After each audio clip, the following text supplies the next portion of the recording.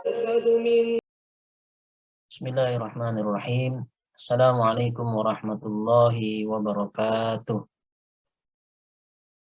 Innal hamdalillah nahmaduhu wa nasta'inuhu wa nastaghfiruh wa nastahdihi wa natubu ilaih wa na'udzu billahi min syururi anfusina wa min sayyiati a'malina may yahdihillahu fala mudhillalah wa may yudlil falan tajida lahu waliyyan mursyida. Asyhadu an la ilaha illallah wahdahu la syarikalah wa asyhadu anna Muhammadan abduhu wa rasuluhu wa nabiyyuhu wa khaliluh alladzi nabiyya ba'd. Allahumma salli wa sallim wa barik ala sayyidina Muhammadin wa ala alihi wa sahbihi wa junudihi wa ansarihi wa man tabi'ahum bi ihsanin ila yaumiddin, amma ba'd. Asbahna wa asbahal mulku lillah walhamdulillahi la syarikalah la ilaha illa huwa wa ilaihin nusyur. Asbahna ala fitratil Islam wa kalimatil ikhlas wa ala dini nabiyina Muhammadin sallallahu alaihi wasallam wa ala millati abina Ibrahim hanifa wa ma kana minal musyrikin. Subhanaka la ilma lana illa ma 'allamtana innaka antal alimul hakim. Allahumma inna nas'aluka ilman nafi'a wa yaqinan sadiqa wa 'amalan mutaqabbala wa rizqan halalan thayyiba. Allahumma faqihna fid din wa 'allimna at-ta'wil bi rahmatika ya arhamar rahimin. Rabbi shrah li sadri wa yassir li amri wa hlul 'uqdatam min lisani yafqahu qawli. Allahumma la sahla illa ma ja'altahu sahla wa anta taj'alul hazna idza syi'ta sahla. Ikhwan wal akhwat fillah rahimakumullah, kita bersyukur kepada Allah pada kesempatan kali ini masih diberikan berbagai bentuk kenikmatan darinya, terutama nikmat iman, nikmat Islam, nikmat berada di jalan dakwah, nikmat senantiasa bersama Al-Quran, dan segala bentuk macam kenikmatan lainnya. Tentu berbagai kenikmatan yang Allah anugerahkan kepada kita ini, marilah bersama-sama kita konversi menjadi berbagai bentuk amal kebaikan, menjadi modal kita dalam peningkatan kualitas keimanan, ketaatan, dan ketakwaan kita kepada Allah Subhanahu wa Ta'ala. Baik, ikhwan wal akhwat fillah rahimakumullah, kita bersyukur pada kesempatan kali ini bisa memulai majelis kajian kitab kita. Dalam kesempatan kali ini kitab yang akan kita kaji berjudul Al-Mustakhlas fi Tazkiyatil Anfus, ya. Intisari dalam penyucian jiwa. Kitab ini karya Syekh Said Hawa rahimahullah. Nah, kenapa saya mengambil kitab ini sebagai rujukan di dalam membahas tazkiyatun nafs? Karena menurut saya kitab ini mampu menghadirkan konsep tazkiyatun nafs yang mudah difahami oleh pembacanya dan praktis untuk bisa kita jalankan di kehidupan kita sehari-hari. Kitab ini merupakan khulasah ataupun ringkasan dari kitab induknya yang berjudul Ihya Ulumuddin karya Imam Al-Ghazali. Jadi Syekh Said Hawa menyusun kitab ini mengacu kepada kitab induknya yaitu Ihya Ulumuddin. Kalau kita langsung mengacu kepada kitab induknya, mungkin kita akan kebingungan dan sulit memahami konsep tazkiyatun nafs, ya, yang ada di dalam kitab tersebut. Terlebih lagi banyak dalil-dalil yang harus ditakhrij, ya. Dan Syekh Said Hawa menurut saya sudah sangat baik di dalam menyajikan konsep tazkiyatun nafs, ya, mengambil poin-poin penting, mengambil khulasah dari kitab Ihya Ulumuddin dan kemudian menyajikannya kepada kita melalui kitabnya ini yang berjudul Al-Mustakhlas fi Tazkiyatil Anfus. Baik, langsung saja kita mulai kegiatan kita, dan agar Allah melimpahkan rahmatnya kepada kita, memberkahi kegiatan kita, dan akan memudahkan segala urusan kita, marilah bersama-sama kita mulai dengan membaca Ummul Kitab, surat Al-Fatihah. Ada hadhihi niyah wa fi kulli niyatin salihah. Al-Fatihah. A'udzu billahi minasyaitonir rajim. Bismillahirrahmanirrahim. Alhamdulillahi rabbil alamin. Ar-Rahmanir Rahim. Maliki yaumiddin. Iyyaka na'budu wa iyyaka nasta'in. ihdinas siratal mustaqim siratal ladzina an'amta 'alaihim ghairil maghdubi 'alaihim waladdallin. Amin. Baik, kita mulai dari bab pertama, muqaddimatun, pendahuluan. Bu'itsar rusulu 'alaihimus salatu wassalam liyudzakiru bi ayatillah. Diutusnya para rasul alaihi salatu wassalam, salawat dan salam atas mereka, yaitu dalam rangka memberikan peringatan kepada para pengikutnya, kepada umatnya, bi ayatillah, tentang ayat-ayat Allah. Wal yu'allimu, dan juga mengajarkan kepada mereka hidayat Allah atau petunjuk Allah. Wal yuzakku al-anfusa 'alaiha, dan menyucikan jiwa mereka dengan ajarannya tersebut. Fatta'limu wat-tadhkiru wat-tazkiyatu hiya min ahammi muhimmatir rusul. Maka at-ta'lim, wat-tadhkir, wat-tazkiyah, dan juga tazkiyah itu min ahammi muhimmatir rusul, bagian penting dari misi para rasul. Unzur misdaqa dzalika fi da'wati Ibrahim alaihissalam li dzurriyyatihi. Perhatikan kebenaran hal tersebut di dalam doa Nabi Ibrahim alaihissalam yang ditujukan bagi keturunannya, bagi anak cucunya. Apa doa Nabi Ibrahim alaihissalam? Ya, diabadikan oleh Allah Subhanahu wa taala di dalam surat Al-Baqarah ayat 129. Rabbana wab'ats fihim rasulan minhum. Wahai Tuhan kami, utuslah kepada mereka seorang rasul dari kalangan mereka. Yatlu alaihim ayatika, yang akan membacakan kepada mereka ayat-ayatmu, ayat-ayat engkau. Wa yu'allimuhumul kitaba wal hikmah, ya, dan mengajarkan kepada mereka Alkitab dan Al-Hikmah. Wa yuzakkihim, dan menyucikan jiwa mereka. Innaka antal azizul hakim, sesungguhnya engkau Tuhan yang maha perkasa lagi maha bijaksana. Nah, kemudian kata Syekh Said Hawa, wanzur al-istijabatu li hadhihi da'wah. Ya. Maka perhatikan bagaimana jawaban dari doa ini, dari doa tersebut yang disampaikan oleh Nabi Ibrahim alaihissalam kepada Allah. Wal minnatu ala hadhil ummah, dan menjadi karunia bagi umat ini fi qoulihi ta'ala, di dalam firman Allah Ta'ala, ya. Jadi Syekh Said Hawa ingin menyampaikan bahwa berkat doa Nabi Ibrahim alaihissalam ini, maka jawaban Allah atas doa tersebut, ya, Allah kabulkan atas permintaan Nabi Ibrahim tersebut, maka ini menjadi bagian dari al-minnah, ya, menjadi bagian dari karunia kepada umat ini. Kenapa? Karena setelah doa itu dikabulkan, maka umat ini dapat merasakan hadirnya para Rasulullah, para utusan-utusan Allah, ya, yang membawa misi sebagaimana yang didoakan oleh Nabi Ibrahim alaihissalam, yaitu yatlu alaihim ayatika wa yu'allimuhumul kitab wal hikmah wa yuzakkihim. Nah, doa ini kemudian diijabah oleh Allah, dikabulkan oleh Allah, dijawab oleh Allah, dan diabadikan di dalam surat Al-Baqarah ayat 151. Allah berfirman, kama arsalna fikum rasulan minkum yatlu alaikum ayatina. Sebagaimana kami telah mengutus kepada kalian seorang rasul dari kalangan kalian sendiri, yatlu alaikum ayatina, yang membacakan kepada kalian ayat-ayat kami, wa yuzakkikum, ya, dan juga menyucikan jiwa kalian, wa yu'allimukumul kitaba wal hikmah, dan mengajarkan kepada kalian Alkitab dan Al-Hikmah. Wa yu'allimukum, dan mengajarkan kepada kalian malam takunu ta'lamun, segala sesuatu yang kalian belum mengetahuinya. Surat Al-Baqarah ayat 151. Redaksinya mirip, ya, dengan apa yang didoakan atau dilantunkan oleh Nabi Ibrahim alaihissalam, ya, dan dijawab dengan redaksi yang mirip tersebut oleh Allah Subhanahu wa taala di ayat 151, ya.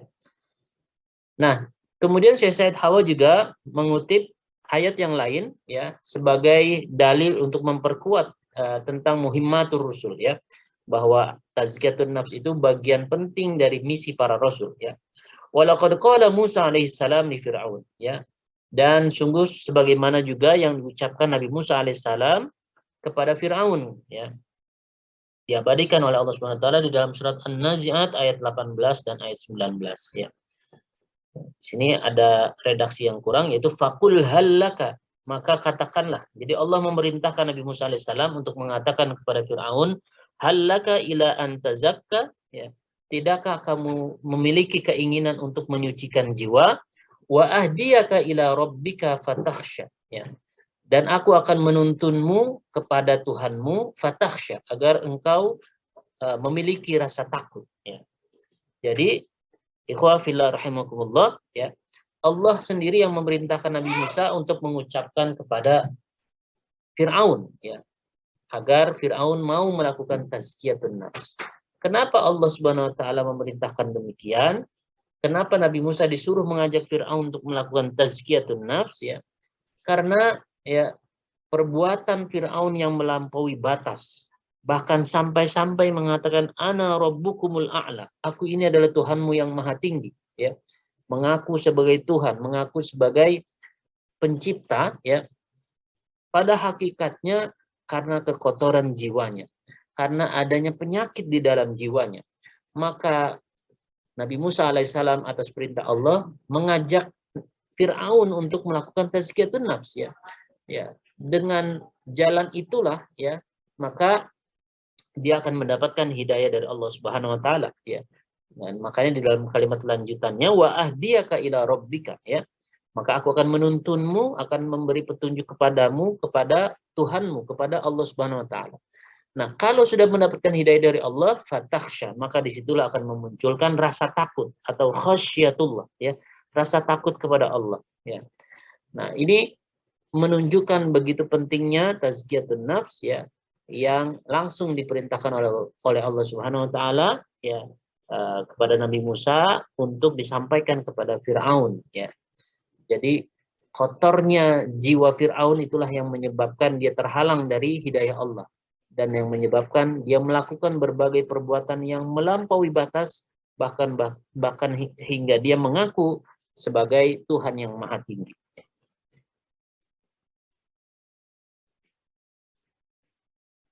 Nah, kemudian Syekh Said Hawa juga mengutip di dalam firman Allah yang lain di surat Al-Lail ayat 17 ayat 18. Wa qala ta'ala, dan berfirman Allah taala, wa sayujannabuhal atqa, ya, dan akan dijauhkan darinya, dari api neraka, ya, wa sayujannabuha di sini akan dijauhkan baginya dari neraka, al-atqa, kepada siapa? Yaitu orang-orang yang paling bertakwa. Siapa mereka? Alladzi yu'ti malahu yatazakka, yaitu yang memberikan hartanya, yang maksudnya menginfakkan hartanya di jalan Allah, yatazakka, dalam rangka menyucikan jiwanya, ya. Jadi di sini orang-orang yang bertakwa dihindarkan oleh Allah, dijauhkan oleh Allah dari api neraka, karena kebiasaan mereka menginfakkan hartanya di jalan Allah dan dalam rangka yatazakka, menyucikan jiwa dan hartanya tersebut, ya. Kemudian juga Syekh Said Hawa mengutip waqala, dan berfirman Allah taala di dalam surat yang lain Asy-Syams ayat 9 dan ayat 10, qad aflaha man zakkaha, ya. Sungguh beruntung orang-orang yang menyucikan jiwanya, wa qad khaba man dassaha, dan sungguh merugi orang-orang yang mengotori jiwanya. Fatazkiyatun nafsi min muhimmatir rusul. Maka kata Syekh Said Hawa, maka tazkiyatun nafs itu, ya, bagian penting dari misi para rasul. Wa hiya hadafun lil muttaqin, dan dia juga merupakan sasaran bagi orang-orang yang bertakwa. Artinya menjadi target, ya, bagi orang-orang yang bertakwa itu untuk selalu melakukan tazkiyatun nafs, ya. Bahwa tazkiyatun nafs itu sudah menjadi budaya kehidupan orang-orang yang bertakwa. Dia selalu terobsesi melakukan tazkiyatun nafs, ya, agar jiwanya bersih, dan dengan kebersihan jiwanya itulah dia mudah menerima hidayah dari Allah, ya, dan selalu bersemangat di dalam mengamalkan berbagai kebaikan, gitu, ya. Wa 'alaiha madarun najah wal halaka 'indallahi azza wajal. Dan atasnya, ya, artinya dengan tazkiyatun nafs ini menjadi madarun najah, menjadi penentu, ya, penentu sukses dan celakanya seseorang di sisi Allah Subhanahu wa taala. Dengan kata lain, ya, sukses atau selamat dan tidaknya seseorang, selamat atau celakanya seseorang di sisi Allah itu juga bergantung dari apakah dia melakukan tazkiyatun nafs atau tidak gitu ya sepanjang hayatnya ya. Sebab orang-orang yang selalu mengotori jiwanya dengan perbuatan dosa dan maksiat, tidak pernah melakukan tazkiyatun nafs, ya tentu dia akan mendapatkan halak ya, kecelakaan di sisi Allah Subhanahu wa taala dan kerugian nanti di akhirat kelak ya. Sebaliknya yang selalu melakukan tazkiyatun nafs, dia akan mendapatkan an-najah atau kesuksesan di sisi Allah Subhanahu wa taala ya, keselamatan di sisi Allah Subhanahu wa taala. Jadi dari penjelasan Syekh Said Hawa tadi, maka kita dapat menyimpulkan tentang urgensi tazkiyatun nafs. Setidaknya ada 3 poin utama yang menjadi urgensi tazkiyatun nafs atau pentingnya tazkiyatun nafs bagi seorang mukmin. Dari ayat-ayat yang sudah disampaikan tadi, maka kita bisa menyimpulkan urgensi tazkiyatun nafs yang pertama, yaitu karena tazkiyatun nafs merupakan faridatum minallah atau kewajiban dari Allah Subhanahu wa taala.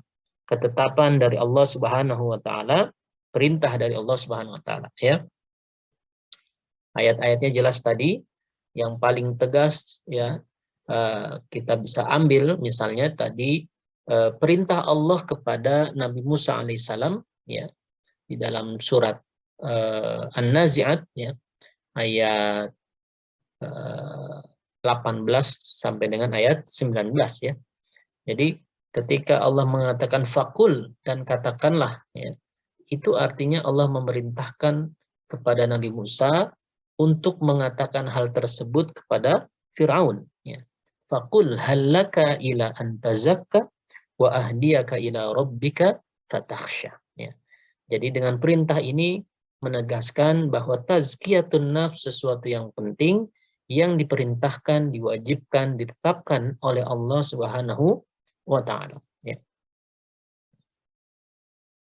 Kemudian dari penjelasan tadi juga kita bisa menyimpulkan yang sudah disinggung berulang kali oleh Syekh Said Hawa. Kenapa tazkiyatun nafs itu penting? Karena dia menjadi bagian dari muhimmatur rusul atau misi penting para rasul ya. Di surat Al-Baqarah ayat 129 ya, doa Nabi Ibrahim alaihissalam kemudian dijawab oleh Allah surat Al-Baqarah ayat 151 ya dengan redaksi yang sama, yang mirip ya. Dan dalam bentuk kalimat yang informatif dan deklaratif ya, mungkin yang lebih jelas lagi yaitu di surat Al-Jum'ah ya, Al-Jum'ah ayat 2. Ketika Allah mengatakan huwallazi ba'atsa fil ummiyina rasulan minhum yatlu 'alaihim ayatihi wa yuzakkihim wa yu'allimuhumul kitaba wal hikmah wa in kanu min qablu lafi dhalalim mubin. Jadi jelas di situ Allah mengatakan dialah Allah yang telah mengutus ya, ba'atsa rasulan ya, ba'atsa fil ummiyina rasulan minhum ya. Artinya Allah yang mengutus ya seorang rasul dari bangsa yang ummi dari kalangan mereka sendiri ya. Rasulan minhum dalam rangka apa? Yatlu alaihim ayatihi ya, dalam rangka membacakan kepada mereka ayat-ayatnya, ayat-ayat Allah Subhanahu wa taala. Dan ini adalah tugas yang pertama para rasul yang disebut dengan at-tazkir. Jadi memberikan peringatan ya. Jadi muhimmatur rusul itu ada 3. Yang pertama at-tazkir, yaitu dalam bentuk yatlu alaihim ayatihi. Ya, membacakan kepada pengikutnya, kepada umatnya ayat-ayat Allah Subhanahu wa taala ya. Kemudian wa yuzakkihim ya. Muhimmatur rusul yang kedua adalah at-tazkiyah ya, melakukan penyucian jiwa ya. Jadi para rasul diminta untuk menyucikan jiwa para pengikutnya, umatnya ya. Kemudian yang ketiga wa yu'allimuhumul kitaba wal hikmah ya. Ada tugas at-ta'lim ya, pengajaran. Jadi para rasul diminta untuk mengajarkan Alkitab dan Al-Hikmah. Nah, ini menggambarkan begitu pentingnya ya at-tazkiyah atau penyucian jiwa. Sehingga ketika kita berbicara ahamiyatut tazkiyatun nafs, urgensi tazkiyatun nafs, maka kita bisa menyimpulkan poin yang kedua karena dia menjadi bagian dari muhimmatur rusul, misi penting para rasul. Ya. Kemudian yang ketiga, kenapa tazkiyatun nafs itu penting? Ya, karena tazkiyatun nafs merupakan thoriqun najah atau jalan kesuksesan. Dari mana kita bisa menyimpulkan hal ini? Ya, tadi sudah disinggung oleh kita di dalam pembahasan surat Asy-Syams ya, ayat 9 dan ayat 10 ya. Ketika Allah mengatakan qad aflaha man zakkaha. Sungguh beruntung orang-orang yang menyucikan jiwanya. Ya. Sebaliknya, wa qad khaba man dassaha. Sungguh merugi orang-orang yang mengotori jiwanya. Nah, kalimat Allah yang mengatakan qad aflaha, sungguh beruntung ya, itu menunjukkan bahwa siapapun di antara kita yang mau melakukan tazkiyatun nafs ya, yang menjadikan tazkiyatun nafs itu sebagai bagian dari rutinitasnya ya, maka dia akan beruntung ya. Nah, jika kita ingin membahasnya lebih jauh ya, kita tengok terlebih dahulu ayat sebelumnya ya. Ayat ke-8 berarti ya. Ketika Allah mengatakan fa'alhamaha fujuraha wa taqwaha. Maka kami telah ilhamkan ke dalam diri manusia, ke dalam jiwa manusia itu ada dua potensi ya. Jadi potensi fujur wa taqwaha dan potensi takwa. Potensi fujur di sini merepresentasikan potensi keburukan, potensi cenderung kepada dosa dan kemaksiatan ya. Potensi ya keinginan untuk berbuat jahat, potensi keinginan untuk melakukan hal-hal yang dilarang oleh Allah Subhanahu wa taala. Tetapi sebaliknya di dalam diri manusia juga ada potensi takwa, merepresentasikan segala potensi kebaikan di dalamnya.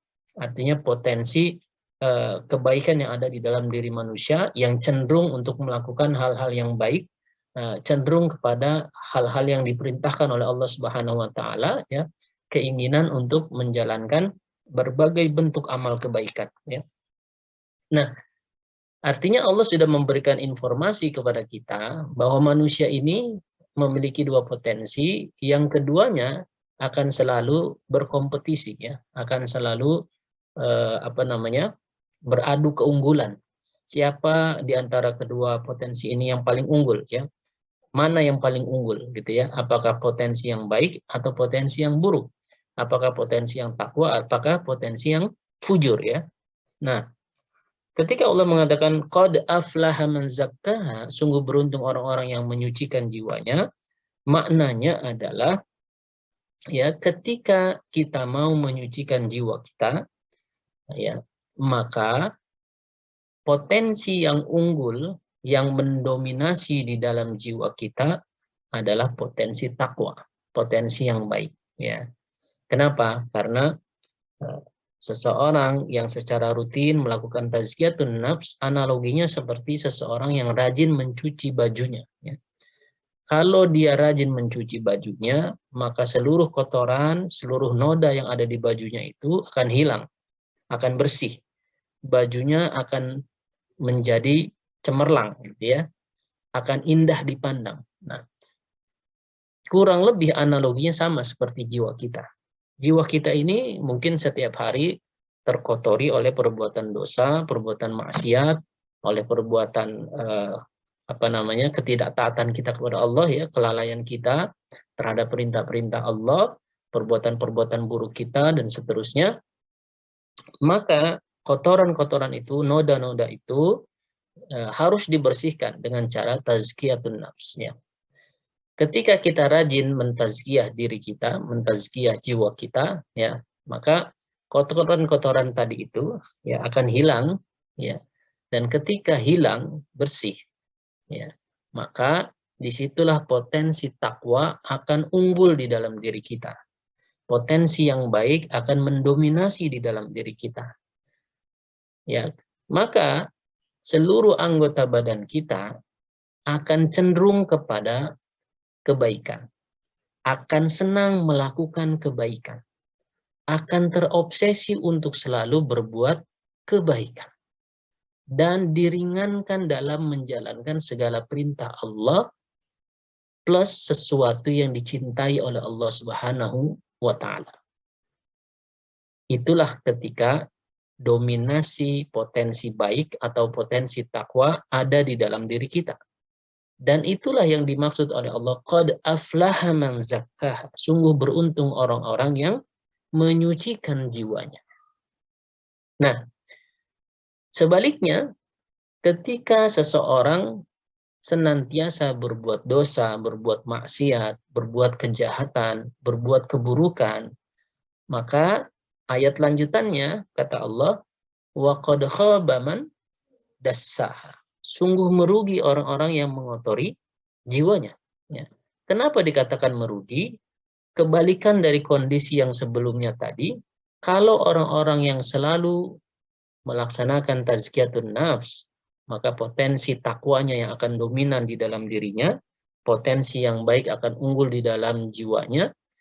Sebaliknya, orang-orang yang selalu mengotori jiwanya, potensi yang buruk, potensi fujur yang akan mendominasi di dalam dirinya. Jika potensi fujur ini mendominasi di dalam dirinya, maka seluruh anggota badannya akan cenderung kepada kemaksiatan, akan senang melakukan perbuatan dosa, ya, akan terobsesi melakukan hal-hal buruk yang dibenci oleh Allah Subhanahu wa taala, bahkan hal-hal yang dilarang oleh Allah Subhanahu wa taala. Itulah kondisi ketika dominasi potensi fujur ada di dalam diri kita. Nah, ikhwan wal akhwat fillah rahimakumullah, maka jelas sekali Allah mengatakan wa qad khaba, ya, makanya dikatakan dia akan merugi orang-orang yang mandassaha, orang-orang yang mengotori jiwanya. Ya, jadi sisi kerugiannya adalah di situ. Ya, dia akan merugi karena potensi fujur mendominasi dirinya dan seluruh anggota badannya akan cenderung kepada keburukan, kemaksiatan, perbuatan dosa, kelalaian dan segala hal yang dibenci oleh Allah Subhanahu wa taala, bahkan dilarang oleh Allah Subhanahu wa taala, ya. Nauzubillah.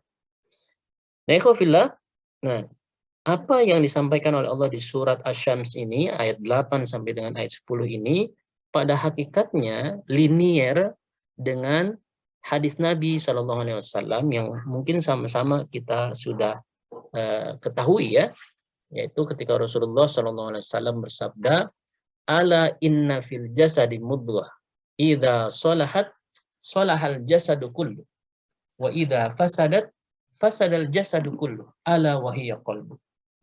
Jadi kata Rasulullah, ya, ingatlah bahwa di dalam jasad ini ada segumpal darah. Idza salahat salahal jasadu kullu. Kalau dia baik, baiklah seluruh jasadnya. Wa idza fasadat fasadal jasadu kullu, ya. Wa idza fasadat, ketika dia rusak, ya, fasadal jasadu kullu, maka rusaklah seluruh jasad. Ala wahiyya qalbu. Ingatlah bahwa itu adalah hati, ya. Apa korelasinya dengan ayat tadi? Jadi korelasinya gini. Bicara tentang tazkiyatun nafs, maka tidak bisa terlepas dari tazkiyatul qalbi. Nanti di dalam kitab ini akan dijelaskan tentang adanya dua objek dalam proses tazkiyah, yaitu objek yang pertama kepada jiwa, yang kedua kepada qalbu, kepada hati. Maka tazkiyatun nafs wa tazkiyatul qalbi adalah dua hal yang selalu beriringan. Atau kita bisa mengatakan seperti mata uang, ya, dua sisi mata uang yang tidak bisa dipisahkan. Jadi kedua hal ini akan selalu terkait, gitu ya, tidak bisa dipisahkan. Ketika kita melakukan tazkiyatun nafs, pada hakikatnya kita sedang melakukan tazkiyatul qalbi. Maka ketika jiwa kita bersih, qalbu kita juga ikut bersih, ya. Makanya kalau di dalam ayat Allah tadi mengatakan qad aflaha man zakkaha, orang-orang yang menyucikan jiwanya akan beruntung. Kenapa? Karena potensi takwanya akan mendominasi di dalam dirinya. Ya, sementara kalau dengan bahasanya Rasulullah, orang-orang yang qalbunya bersih, ya, hatinya bersih dari segala penyakit, dari segala kekotoran, dari segala kecacatan, ya, maka idza sholahat sholahal jasadu kullu, maka baiklah seluruh jasadnya. Jadi anggota badannya itu dari ujung kepala sampai dengan ujung kaki ya akan baik, cenderung kepada kebaikan, gitu ya. Nah, ini selaras dengan yang disampaikan oleh Allah, ya. Ya, jadi sebenarnya potensi takwa yang mendominasi dalam diri seseorang yang senang melakukan tazkiyatun nafs itu juga akan berimbas kepada hatinya menjadi bersih. Ketika hatinya menjadi bersih, maka dia akan mempengaruhi organ tubuh yang lainnya juga menjadi baik, ya. Idza shalahat shalahal jasadu kullu. Maka kita akan mendapati ya seluruh anggota badannya akan senang melakukan kebaikan, akan diringankan di dalam menjalankan berbagai amal kebaikan, ya. Jadi yang tadinya mungkin kalau matanya diajak untuk tilawatil Quran begitu berat, ya, begitu sulit. Kalau diajak berzikir gitu ya, gampang ngantuk misalnya gitu ya.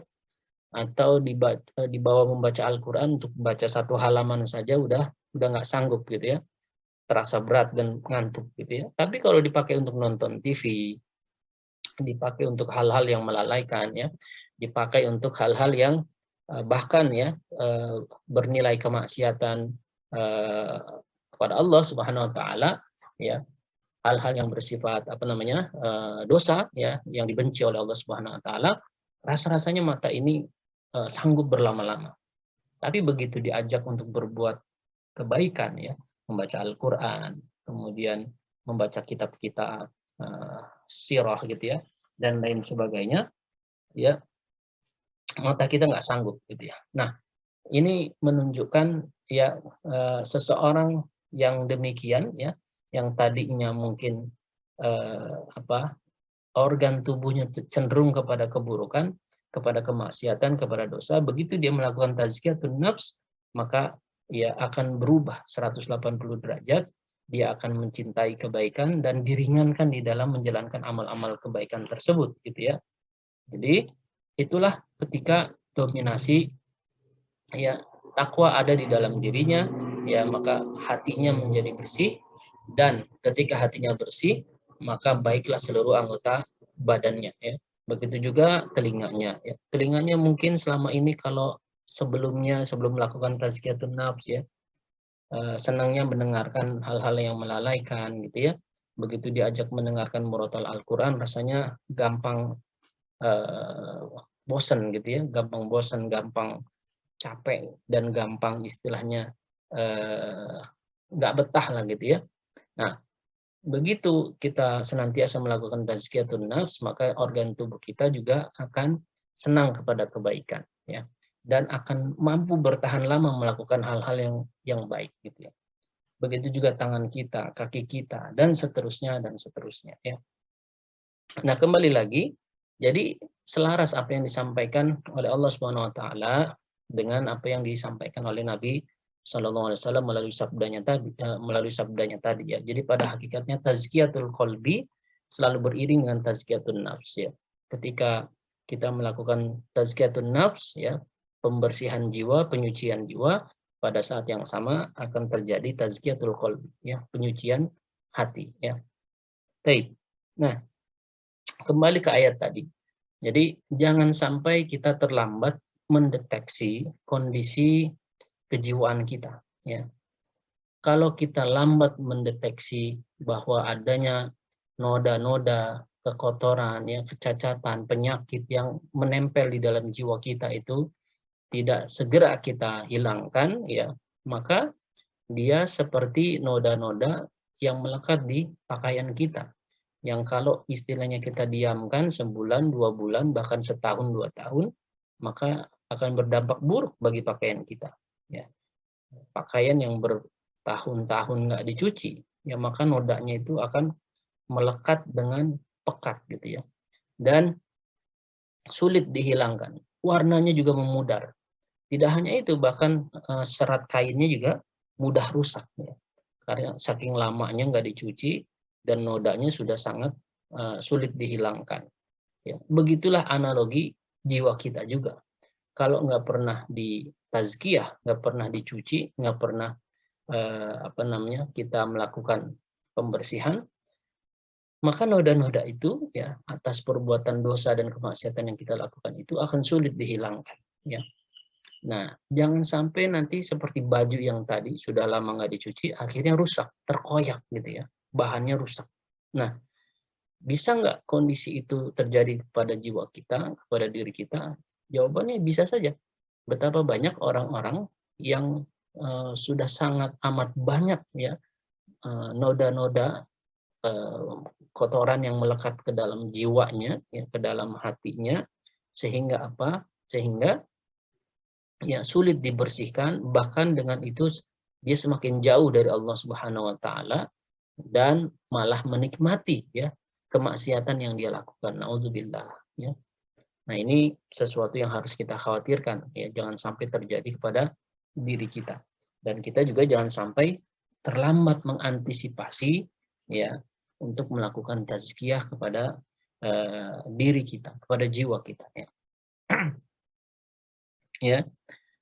Jadi kembali lagi bahwa orang-orang yang senantiasa melakukan tazkiyatun nafs dia akan mendapatkan keuntungan, sementara orang-orang yang selalu mengotori jiwanya akan mendapatkan kerugian. Ya, itu statement langsung dari Allah. Qad aflaha man zakkaha wa qad khaba man dassaha. Ya.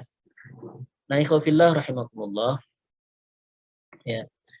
Kenapa orang-orang yang melakukan perbuatan mengotori jiwanya akan merugi? Tadi sudah saya jelaskan ya.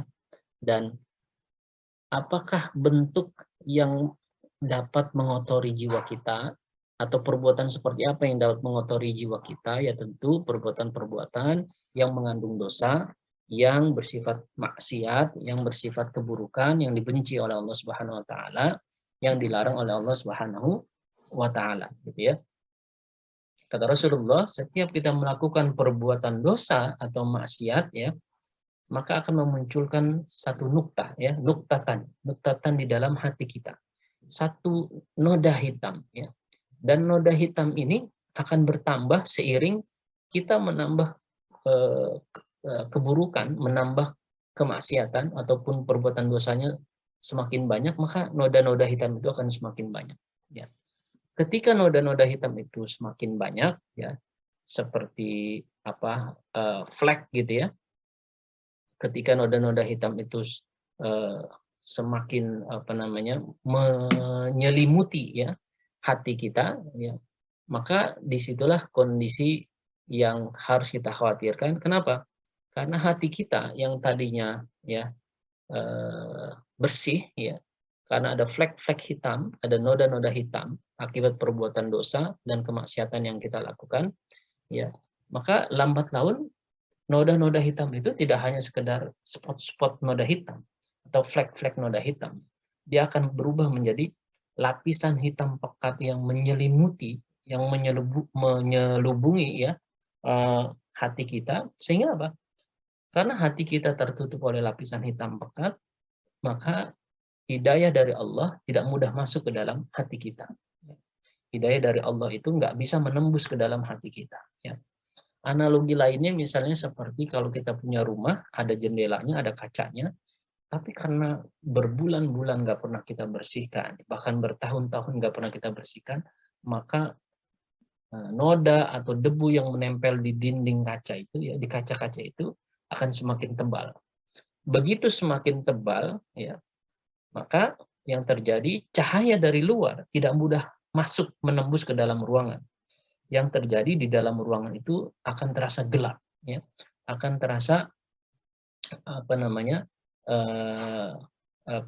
tidak terang gitu ya, atau akan sulit mendapatkan cahaya dari luar. Ya. Kenapa? Karena debunya terlalu tebal, debunya menghalangi cahaya dari luar. Nah, inilah gambaran, inilah analogi ketika seseorang hatinya sudah diliputi oleh lapisan hitam pekat lantaran perbuatan dosa dan kemaksiatan yang dia lakukan, gitu ya. Nah, yang harus kita khawatirkan jangan sampai kondisi ini menjadikan kita benar-benar sulit ya menghilangkan noda-noda hitam tersebut karena terlalu pekat, karena terlalu apa namanya banyak gitu ya. Ya, maka kondisi berikutnya yang harus kita khawatirkan, kita akan masuk kepada kondisi di mana Allah juluki gitu atau Allah sebut di dalam Al-Qur'an surat Al-An'am ayat 122 itu, mereka ini seperti mayat ya. mereka ini seperti mayat. Jadi Allah berfirman di surat Al-An'am ayat 122, "Aw man kana mayitan fa ahyainahu wa ja'alna lahu nuran yamshi bihi fin nas kama mathaluhu fidh dhulumat laisa bi kharijin minha." Ya. Jadi kata Allah tidaklah sama ya seorang mayat. Nah, para ulama tafsir mengatakan mayat di sini bukan seperti pemahaman kita selama ini, mayat adalah sesosok jasad yang sudah tanpa ruh ya. Atau mayat itu adalah manusia yang sudah mati, sudah meninggal ya. Sudah tidak ada nyawanya atau tidak ada ruhnya lagi. Bukan ya. Jadi di dalam ayat ini mayit di situ ketika Allah mengatakan awaman kana maitan tidaklah sama ya. Seorang mayat di situ adalah orang-orang yang hidup tetapi tidak mendapatkan hidayah dari Allah. Orang-orang yang jasad dan ruhnya masih ada, tetapi ya karena hatinya diliputi oleh lapisan hitam pekat sehingga dia tidak bisa menerima hidayah dari Allah. Hidayah Allah tidak bisa tembus ke dalam hati. Ya. Nah, inilah yang dikatakan mayat. Nah, naudzubillah, jangan sampai kita masuk ke dalam kondisi seperti itu. Ya. Dicap oleh Allah, ya, disebut oleh Allah seperti mayat. Ya. Karena dia tidak mendapatkan hidayah dari Allah Subhanahu wa Ta'ala. Ya. Nah, kalau yang kondisi seperti ini kita dapati, maka kita akan bervisualisasi ya. Kalau kita pernah nonton film divisualisasikan dalam bentuk mayat-mayat berjalan itu atau istilahnya zombie gitu ya. Itu kan karakter zombie bagaimana sih ya? Zombie itu ya sesosok jasad ya yang istilahnya tuh hidupnya tidak terarah gitu ya. Zombie itu ya kelakuannya itu nggak terkontrol. Zombie itu agresif ya, ingin mendapatkan sesuatu yang dia diinginkan ya, sesuatu yang diobsesikan olehnya itu secara agresif ya. Ya kan digambarkannya kan seperti itu kan ya, dan agresivitasnya itu melampaui agresivitas binatang gitu bahkan ya. Nah, ini analogi sebenarnya. Orang-orang yang tidak mendapatkan hidayah dari Allah, kenapa dicap seperti mayit, seperti zombie?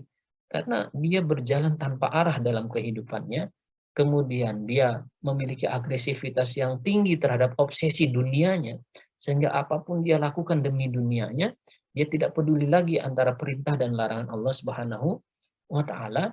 Makanya Allah cap dia seperti mayit. Ya. Nah, kata Allah di dalam ayat ini ada dua kelompok.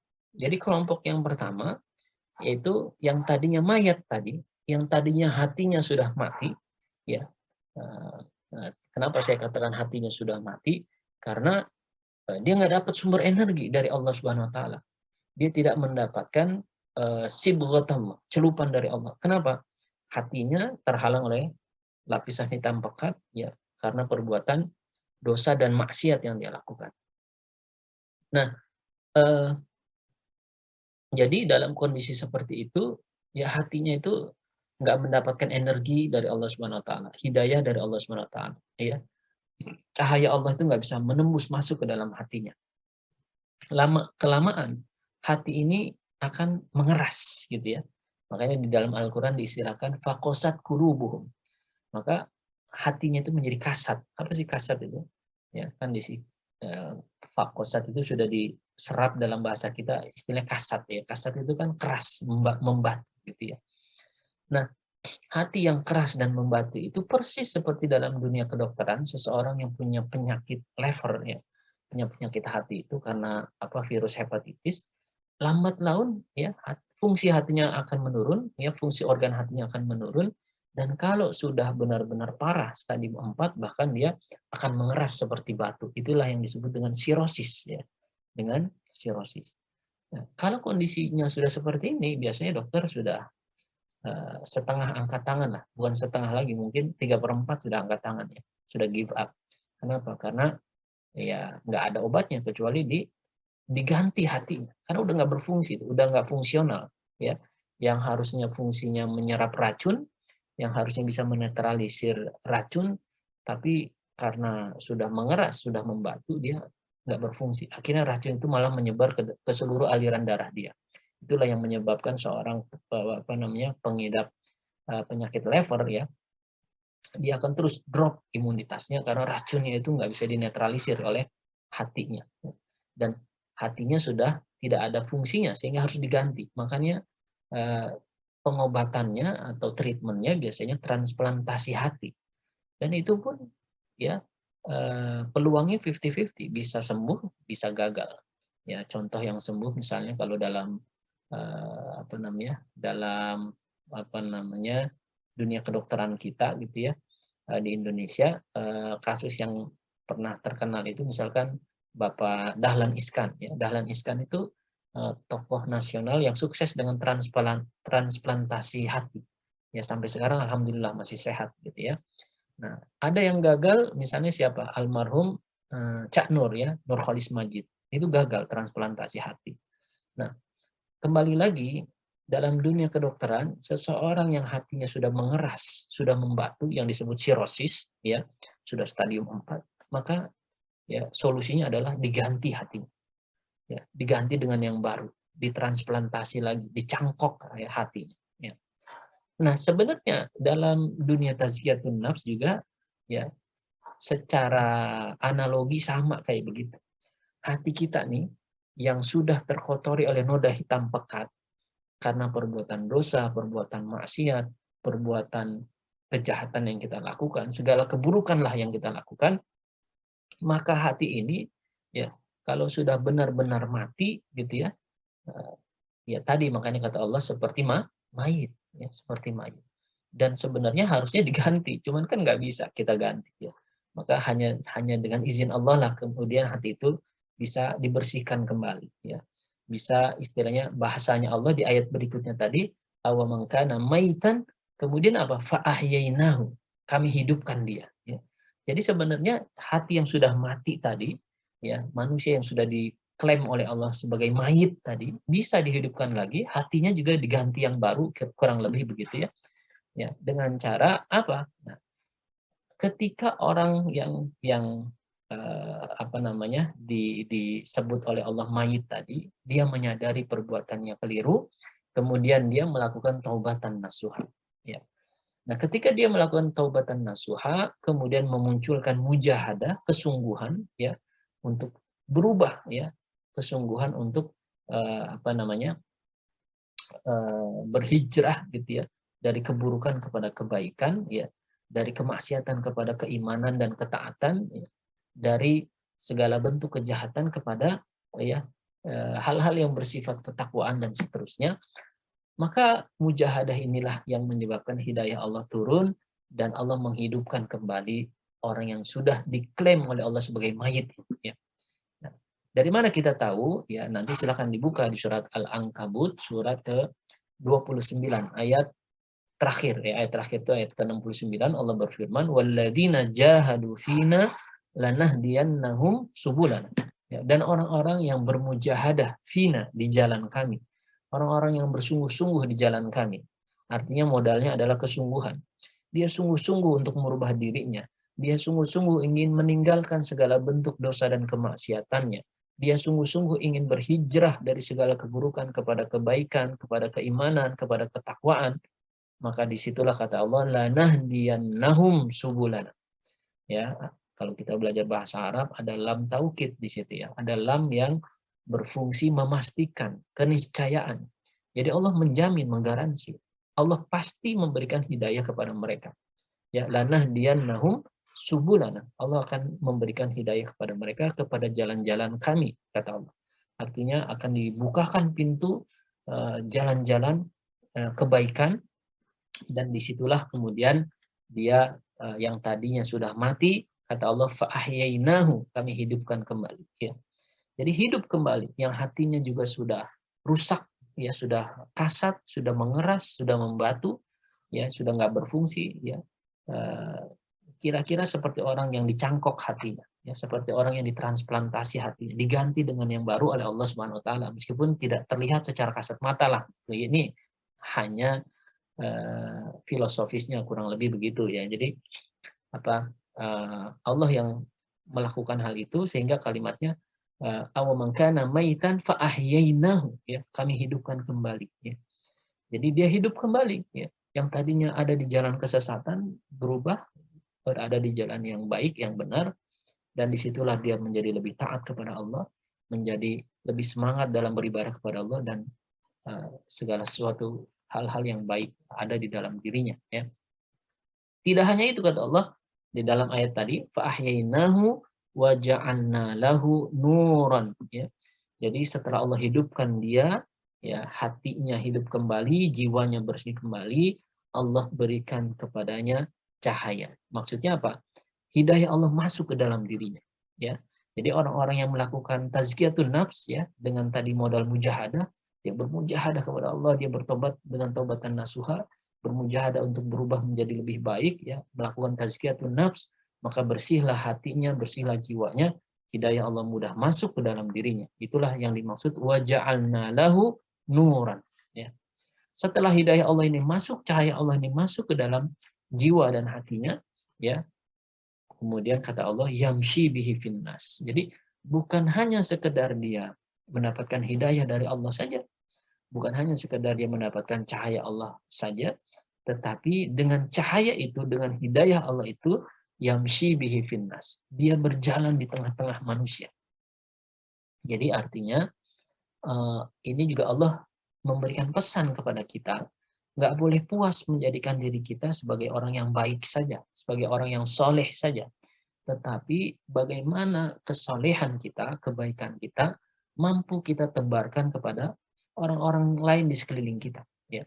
Artinya, mentransfer kesolehan kita kepada orang-orang yang ada di sekeliling kita. Itulah maksud dari yamshi bihi finnas. Kita semestinya membagikan hidayah itu kepada orang lain juga, gitu ya. Membagikan kesolehan kita, mentransfer kesolehan kita kepada orang-orang di sekeliling kita. Maka derajat kita atau level kita yang tadinya soleh itu naik, ya, satu level menjadi muslih. Kalau soleh itu hanya menjadi orang yang baik bagi dirinya saja. Kalau muslih itu dia sudah menjadi orang soleh dan mampu mentransfer kesolehannya kepada orang lain. Ya. Nah, ini kelompok yang pertama kata Allah. Ya. Jadi ketika Allah mengatakan awa man kana maitan, jadi sekali lagi di surat 6, surat Al-An'am ayat 122, awa man kana maitan, tidaklah sama, ya, seorang yang dikatakan oleh Allah mayat gitu ya. Kemudian fa'ahyainahu, kami hidupkan dia, wa ja'alna lahu nuran, ya, kami jadikan baginya cahaya, ya, maksudnya hidayah dari Allah. Kemudian yamshi bihi finnas, ya, dengan cahaya itu dia berjalan di tengah-tengah manusia, ya. Berbeda dengan kelompok yang kedua kata Allah, ya, kama mathaluhu fidz dzulumat, ya. Ya, berbeda dengan seseorang yang seperti berada di dalam kegelapan. Ya. Kemudian kama mathaluhu fidz dzulumat laisa bi kharijin minha. Dia nggak punya pintu keluar dari kegelapan tersebut. Jadi digambarkan oleh Allah Subhanahu wa taala ada orang-orang yang sama ini punya titelnya sama, ya, mayit juga gitu ya. Seseorang yang mayit, kenapa dikatakan mayit? Hatinya sudah mati, sudah diliputi oleh lapisan hitam pekat akibat perbuatan dosa dan maksiat yang dia lakukan, ya. Kemudian juga jiwanya kotor sehingga potensi fujur yang dominan di dalam dirinya, senang berbuat dosa, berbuat maksiat, berbuat keburukan, berbuat kejahatan, ya. Maka digambarkan oleh Allah kama mathaluhu fidz dzulumat laisa bi kharijin minha, seperti orang ini tuh seperti berada di dalam sebuah kegelapan dan nggak punya pintu keluar dari kegelapan tersebut, ya.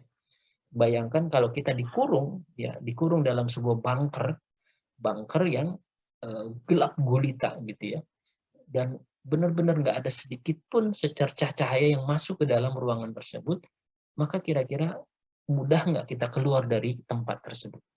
Maka jawabannya, ya, tentu akan sulit, bahkan sangat sulit, ya, sangat-sangat amat sulit. Jadi itulah gambaran orang-orang yang kondisi hatinya sudah mati, dia tidak mendapatkan hidayah dari Allah karena tertutupi oleh lapisan hitam pekat, jiwanya sudah kotor sehingga didominasi oleh potensi fujur, potensi yang buruk, sehingga dia cenderung selalu melakukan perbuatan yang dilarang oleh Allah, berbuat dosa, berbuat maksiat dan lain sebagainya, ya, bahkan dia terjerembab ke dalam sebuah jeratan dosa yang nggak bisa keluar darinya. Ya, dia tahu itu dosa tapi selalu dia lakukan. Ya. Nah, kondisi inilah yang disebut sekali lagi dia berada di dalam kegelapan dan tidak punya pintu keluar. Maka ketika ada orang-orang yang kondisinya seperti ini, dia membutuhkan pertolongan orang lain dari luar agar mampu membukakan pintu dan dia bisa keluar dari kegelapan tersebut. Disitulah fungsi dakwah. Disitulah dibutuhkannya seorang da'i ilallah. Disitulah dibutuhkannya seorang pendakwah yang mampu menyadarkannya sehingga dia bertaubat dan kembali kepada Allah Subhanahu wa taala. Makanya pahala bagi orang-orang yang berdakwah itu sangat amat besar. Pahala atau ganjaran bagi orang-orang ya, yang mampu menyampaikan ya hujjah Allah kepada orang-orang yang tersesat, kemudian lantaran dia Allah menurunkan hidayah kepada orang tersebut, itulah orang-orang yang mendapatkan pahala yang luar biasa dari Allah Subhanahu wa taala ya. Di dalam hadis dikatakan la ayyahdiyallahu bika rajulan wahidan ya. Khairul laka minad dunya wa ma fiha. Seandainya lantaran kamu kata Rasulullah la yahdiyallahu bika ya, lantaran kamu hidayah Allah turun kepada seseorang ya, wahidan, meskipun itu satu orang, khairul laka minad dunya wa ma fiha, maka itu lebih baik daripada dunia dan seisinya. Ini cuma satu orang ya. Dalam redaksi yang lain dikatakan khairun min humrun ni'am, lebih baik daripada unta merah ya. Unta merah itu kendaraan termahal yang ada di zaman Rasulullah SAW ya. Jadi kembali lagi bahwa pahala dakwah itu sangat besar karena memang ya punya peran besar di dalam membebaskan seseorang yang berada di dalam kegelapan jahiliyahnya, berada di dalam ruang gelap yang dia kata Allah laisa bi kharijim minha, nggak punya pintu keluar dari kondisi tersebut ya.